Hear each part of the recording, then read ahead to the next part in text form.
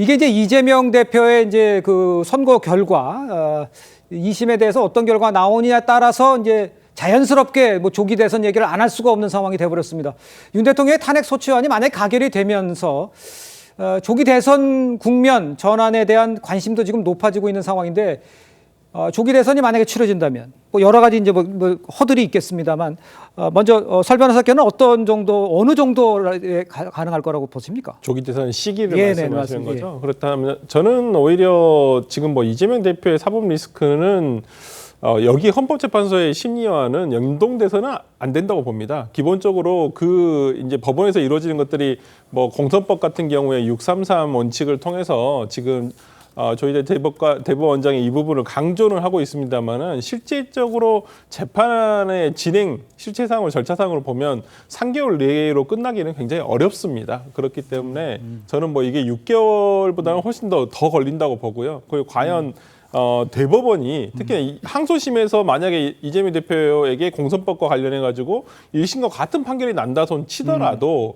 대법원에서 바로 3개월 내에 이 부분을 결정을 내기가 쉽지는 않을 거라 생각이 좀 들고요. 정무적 판단을 하리라 보고 오히려 헌법재판소의 심리는 길거나 오히려 짧거나 그럴 것 같습니다. 왜 그러냐면 아주 길거나 아주 짧거나 저는 그렇게 생각하는 게 일단 헌법재판소는 죄에 대해서 유무죄를 따지는 기관이 아닙니다. 그러니까 소위 요즘에 그 나타나고 있는 뭐 직권남용이나 내란이라든지 이런 부분에 대해서 내란죄가 유죄다, 무죄다 이렇게 판단하지는 않거든요.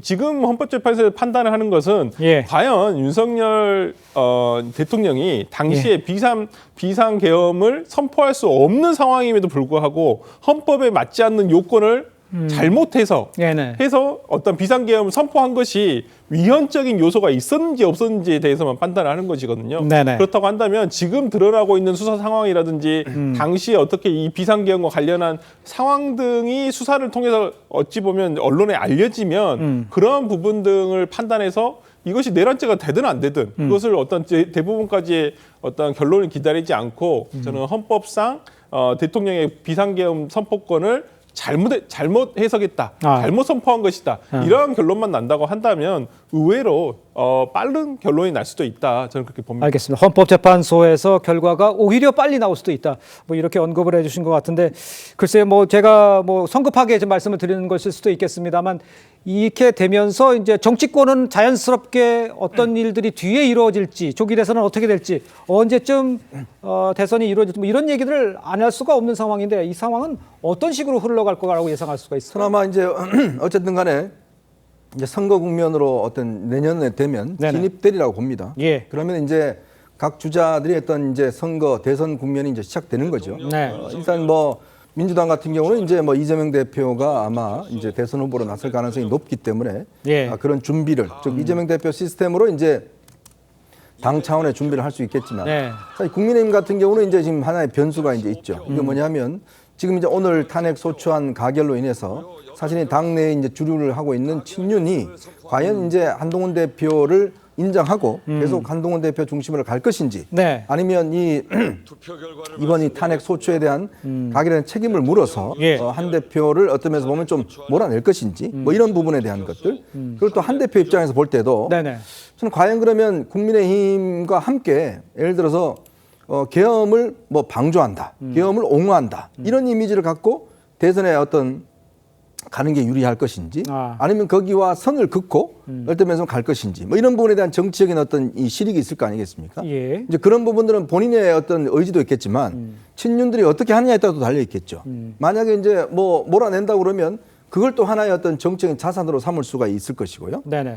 그렇다면 이제 사실 지난 이제 박근혜 전 대통령 탄핵 이후에 볼 때 그때 대선을 보면 문재인 대통령 때 사실은 이제 그때 지금 문재인 대통령 승리한 게 그때 이제 홍준표 그다음에 이제 유승민 안철수 이 세 명의 합친 표가 문재인 대통령 그 표보다 많았습니다. 그러니까 그거는 사실은 탄핵 직후에 치러진 선거임에도 불구하고 결국은 이제 분열 때문에 이제 그렇게 된 것이거든요.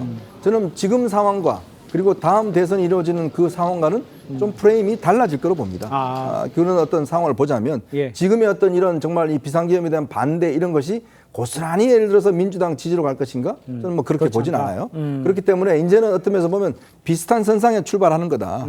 비슷한 선상에서 누가 정말 어떤 면에서 보면 좀 단합되고 일치된 어떤 의미로 출발할 것인지. 예. 그게 또 하나의 변수는 이제 이재명 대표에 대한 이제 사법적인 문제가 어떻게 결론날 것인지 그러니까요. 그런 것들이 하나의 변수가 될 것 같습니다. 알겠습니다. 헌재 결정 시기와 이 대표의 2심 판결 이게 과연 이제 어떤 식으로 어느 게 더 먼저 빨리 나오냐 이런 결정되는 것들이 지금 저희가 얘기하고 있는 그 조기 대선의 최대 변수가 될 것으로 지금 예상이 되고 있습니다. 윤기찬 위원장께서는 보시기에 어떤 식으로 흘러갈 것 같아 보이세요 지금? 일단 그 문영배 현재 헌재 권한대행의 임기가 4월 달까지예요. 네네. 이미선 재판관도 아마 4월 달로 제가 알고 있는데 그럼 두 분이 그때 임기를 마치고 네. 퇴임하거든요. 그러면 그때까지 본인들이 쭉 심의했던 거를 아마 결론을 내고 갈 그런 상황이 벌어질 가능성도 없잖아 있죠. 그렇다면 4월 달 기준으로 해서 만약에 4월 이전에 끝나느냐 아니면 4월 이후에 끝나느냐에 따라서 더 길게 갈 수도 있고 네. 4월 근방에서 끝날 수도 있는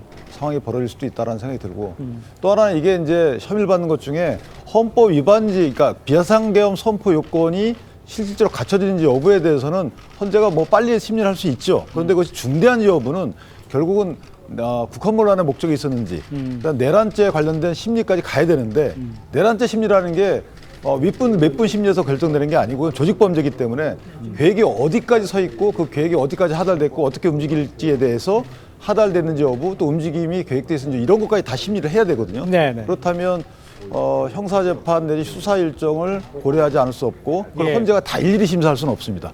어떤 것들 조사 결과를 본인들이 차용하는 수밖에 없는데 네네. 그것이 하나의 큰 변수일 것 같고 예. 또 하나는 이재명 대표와 관련돼서 사실은 지금 2심 판결이 다른 사건 같으면은 3개월 내에 나기 어렵죠. 그런데 이미 1심에서 2년 2개월을 지났어요. 예. 2년 2개월 동안에 그 논점이 단순한 사건에 대해서 충분히 심리를 했거든요. 그렇다면 이번 고등법원 심리는 사실 짧을 가능성이 있고 대법원 심리도 마찬가지입니다. 그래서 법원이 일반적인 잣대 갖고 만약에 심리를 진행한다 그러면 헌재 결정보다 이재명 대표에 대해서 결과가 더 빨리 나올 수 있는 여지도 있다. 그렇다면 대선 전국이 또 요동칠 수가 있죠. 그러니까요. 그러니까 야당 진영 내에서 대선 후보끼리의 경쟁이 더 치열할 수가 있는 것이고 예. 뭐 그런 상황이 벌어질 여지도 없잖아 있다라고 생각합니다. 알겠습니다. 변호사님께서 보시기에 물론 뭐 탄핵의 결과가 나왔기 때문에 뭐 탄핵 심판 헌재 결정이 기다려야 되겠습니다만 그 결과에 따라서는 지금 조기 대선을 생각하는 정치권에 대해서는 여러 가지 생각들이 지금 있는 것만은 맞는 거 아니겠습니까? 어떻게 평가를 하십니까 상황적으로? 그래서 일단 국민의힘에서도 조기 대선 얘기를 하는 거 보면 일단 윤석열 대통령의 탄핵 소추에 대해서 헌법재판소에서 인용할 가능성이 좀 높은 것이 아닌가 이렇게 평가를 좀 해보고요. 일단 어쨌든 뭐 이게 그 인용이 될지 기각이 될지는 모르겠습니다만 네. 정치권은 굉장히 이제 그 시계가 빨리 돌아갈 겁니다. 그리고 지난 2016년도에 경험이 있기 때문에 아마 각 당에서는 이제 새로운 대선 후보군에 대한 그런 그 움직임들이 가시화 되겠죠. 네네네. 그것들을 보면서 이제 정리해야 될 텐데 제가 볼 때는 일단 민주당에서는 이재명 대표를 중심으로 한 이 리더십이 워낙 그 견고한 상황입니다. 네. 뭐 지금 많은 분들이 이재명 대표의 이 선거법 1심 유죄난 부분을 가지고 굉장히 빠르게 대법원까지의 판단이 나올 수 있을 것이다 이렇게 기대를 하는데 예. 일단 그 부분은 어쨌든 사법부의 그 영역에 있는 것이고 저희가 지금 뭐 그것이 633 원칙이 반드시 지켜져야 한다 또는 뭐 지켜지지 않았다라고 해가지고 그걸 가지고 뭐라고 할 수 있는 상황은 아니거든요. 네네. 어쨌든 재판 과정에서 재판장의 필요에 의해서 그 기간을 단축시킬 수도 또는 늘릴 수도 있는 것이기 때문에 일단 차분하게 그 사법부의 판단을 기다려볼 필요가 있다라는 말씀을 먼저 드리면서 네네네. 아마도 지금 상황에서 한동훈 대표나 또는 이재명 대표를 제외한 예. 다른 잠룡 후보군들도 상당히 많이 있지 않습니까? 그분들의 움직임이 앞으로 어떻게 될 것인가 하는 부분도 좀 눈여겨볼 필요가 있겠다 잠시만요. 싶습니다. 제가 화면에 나왔는데요. 지금 대통령의 소추 의견서를 국회의장이 사무 네, 대통령 윤석열 소추 의견서를 전달하는 장면을 지금 직접 보고 계십니다. 전달 절차가 진행이 되고 있고요. 말씀드린 대로 전달 절차가 마무리되는 대로 김민기 사무총장, 주호섭 대통령 국회의장 비서실장께서 용산 대통령실로 곧바로 이걸 직접 들고서 송부 절차에 착수할 예정입니다. 참고로 국회 본청 정현관을 통해서 잠시 뒤에 곧바로 김민기 사무총장, 조호섭 의장 비서실장께서 출발한다는 점 안내차 말씀드리겠습니다. 네. 전달 절차를 마무리 짓겠습니다. 고맙습니다. 자, 이현정 의원님, 그러니까 지금 그 정무가 정지되는 게 저렇게 전달하는 절차가 그렇죠. 용산까지 가서 전달하는 그 순간, 네. 요때부터 정지가 되는 거죠. 자, 오늘 이제 그 국회의장이 예. 두 가지 서류를 이제 아마 작성할 겁니다. 하나는 이제 대통령에게 전달하는 좀 전에 보셨던 김민기 그 국회 사무총장이 저 소추 의견서를 들고 대통령실로 가서 네네. 대통령 비서실에 이제 접수를 하면 그 시간부로 이제 대통령의 직권은 정지가 되는 상황입니다. 그 부분이 있고 그 다음에 이제 정청래 죄송합니다. 정청래 네네네. 법사위원장이 예. 그 소추 의견서를 들고 이제 헌법재판소에 이제 제출하게 돼 있습니다. 네. 그러면 그때부터 이제 헌법재판소는 심리가 이제 착수하게 되는 시작점이거든요. 예. 그러니까 두 가지 서류가 이제 접수됨으로 인해서 국회가 오늘 결정한 윤석열 대통령 탄핵 소추는 일단은 법적으로 보면 일단은 이제 지금 실행이 되는 거거든요. 네. 그러면 이제 대통령은 그 시간부로 사실상에 이제 어떠한 직권도 이제 할 수가 없습니다. 예전에 보면 박근혜 전 대통령, 노무현 전 대통령 같은 경우는 관저에서 네. 본인이 일단 행활했고 또 비서진들의 어떤 지시나 어떤 이런 결제 이런 것도 이제 할 수 없게 되는 상황이겠죠. 예. 그럴 때부터는 이제 아마 본인은 변호인들을 중심으로 해서 아마 헌법재판을 준비할 수 있는 이제 그런 절차. 그것도 사실은 개인 부담입니다.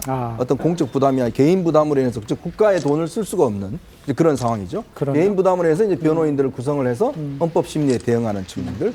그다음에 이제 이 국회에서는 법사위에서 일단 이 변호인들 선정하게 돼 있습니다. 예. 국회에서 변호인들을 선정해서 정청래 법사위원장 소추위원장이긴 하지만 거기에 변호인들이 검사 역할을 하게 돼 있습니다. 예. 그래서 이제 여러 가지 심리를 진행하게 돼 있고 헌법재판소의 어떤 이 심리는 일반 법원의 심리를 준용하게 돼 있습니다. 네, 이제 네. 그런 과정을 통해서 이제 그때부터 재판이 시작되고 아마 그러다면 이제 꽤 장시간 시작이 될 텐데 이제 헌법재판소는 참 고민이 많을 겁니다. 지금 이 상황에서 그러니까요. 결정해야 될 것들이 너무나 많기 때문에. 예. 알겠습니다.